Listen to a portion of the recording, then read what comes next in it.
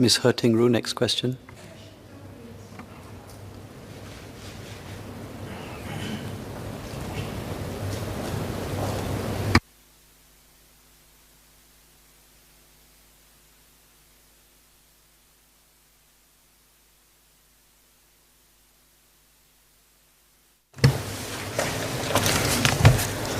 When a traumatic incident occurs, students and staff are naturally very affected, and safeguarding their well-being must be the priority.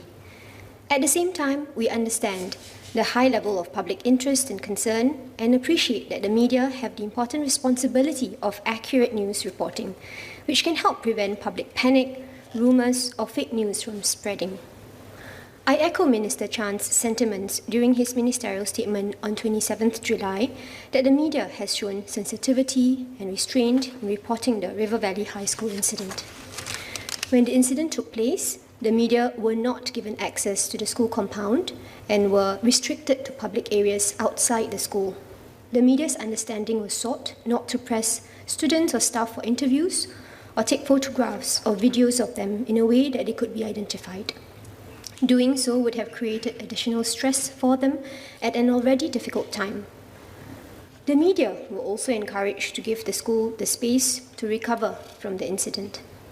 In addition, the Attorney General's Chambers, AGC, has also reminded the mainstream media about the legal protections accorded to those under 18 as part of the Children and Young Persons Act, or CYPA. Under the CYPA, no one is allowed to publish or broadcast information that identifies or is calculated to identify any person below 18 years old who is involved in any court proceedings, including as a witness. This includes not publishing any information that may inadvertently lead to the identification of any persons under the age of 18 who may be involved in subsequent court proceedings. We will continue to engage and work closely with the media to enable them to do their job, even amidst such tragedies, while prioritizing the well-being of those involved. Ms. Herting-Ru.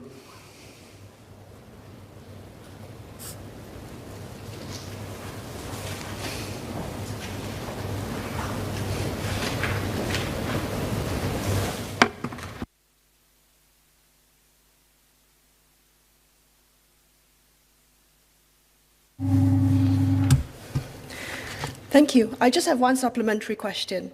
Should the public, victims or their families have concerns about media behavior when a traumatic event occurs? What recourse do they have? And what measures are being taken to actually educate them on the sort of recourse that they have?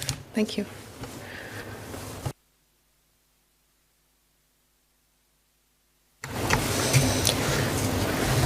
I thank the member for her clarification question. The CYPA does accord protection to minors below 18 years old who may have been involved or had witnessed a crime. So if any mainstream or online media, or for that matter anyone in his or her own capacity ends up publishing any information that identifies the minor, there is legal recourse to take that offender to task. We understand, of course, that this is after the fact and students and parents would rather not be put through this situation in the first place. So we therefore appeal to the media and all members of the public to exercise empathy and good judgment in this situation. Mr. Alex Yam.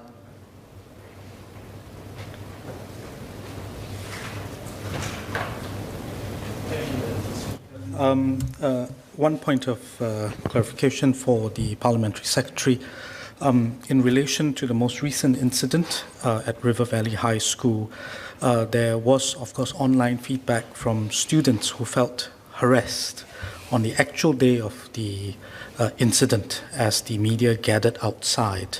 Although the media were, of course, doing their job, was there something more that MCI could have done to prevent this feeling of harassment on the part of the students and their contact with the media?